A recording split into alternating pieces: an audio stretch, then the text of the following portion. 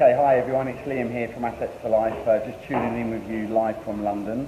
So I wanted to get this video message out regarding the investor meeting that took place yesterday. So I've done a live Facebook yesterday as I was about to meet an investor for the first time.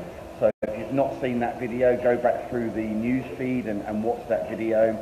It was a great meeting, and it was the first time that I had met this investor. And the meeting lasted about 3.5 hours, and it's very important when you're meeting investors for the first time that you listen to what they need, you information and fact find, so you find out, you know, about them and where they're at and what they're looking to do. And this investor is literally brand new to property, but has recently come into quite a large amount of money. And the investor had lots of questions for me. Interrogated me, in fact, so be prepared to get interrogated by investors, which is absolutely okay. And when you're having these meetings, it's just very clear that you are confident in what you're saying and how you're saying it, and you explain in the most simplest form what you offer for investors.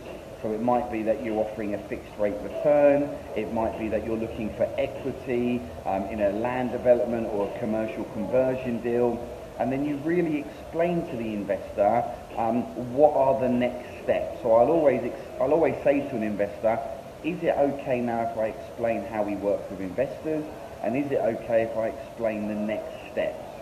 And we literally, over 3.5 hours, we had some nice food, we had some great conversations, we really connected on an intimate level.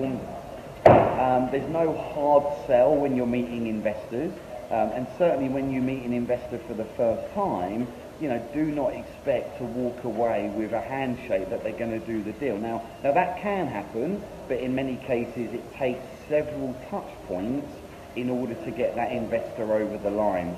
So the investor that I saw yesterday is very keen to work with me and Jay at Assets for Life. They now need time to go away and digest all the information.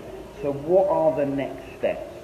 Well, I sent the investor an email after our meeting just saying, hey, look, it was lovely to meet you, great to connect with you, I definitely feel there's some synergy between us.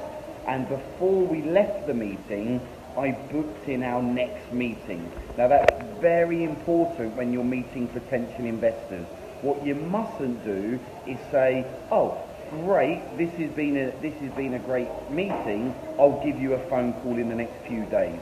You want to get your next meeting booked in the diary, and we've now got our next meeting in about 3 weeks' time, 3 or 4 weeks' time. It's in the diary. Not only are we going to talk about business, but we're actually going to go and have some fun, and we're going to go and shoot some guns. So the investor I was meeting was quite a young chap in his mid-20s. We're going to go shoot some guns. We're going to talk more about property, and we're going to talk more about the next steps. But what I'll do between now and then is I'll call the investor a couple of times, see how they're getting on, if they've got any questions, any concerns, if there's anything they want to know more in depth, and I'll be building the relationship and building the desire for the investor over the next 3 or 4 weeks before we meet. Now, it might be that this investor does nothing, or it could be when we next meet, because we've then had quite a few touch points, that we actually shake hands and he agrees to do the deal. And when we meet next time, because I would have had quite a bit of time with the investor by then, I'm going to be asking the investor, shall we proceed? Would you like to be a joint venture partner? Would you like to go into business with Assets for Life?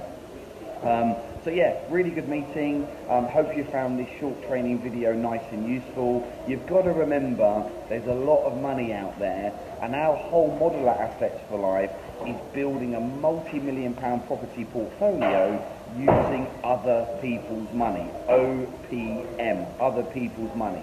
So if you're a property investor or someone that wants to get into property, and you're in a position where you don't have your own funds to invest, and you want to use other people's money, this is what I would like you to do now. I'd like you to go and book in some networking meetings for the next few weeks. Get yourself to some business and some property networking events in your local area.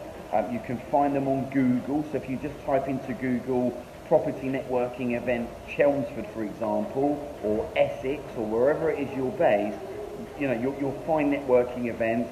Get yourself along to some networking events, start introducing yourself to people, tell people who you are, what you do, how you can help, tell people about your company, and then I want you to start booking in some coffees. Because unless you're having coffees with people, unless you're spending time with people that have got an interest in making their money grow for them, you're never going to get anyone over the line. So get out there networking, put yourself out there, go big or go home, and keep tuning in to more fantastic tips and videos, and I'll see you all very soon. Take care.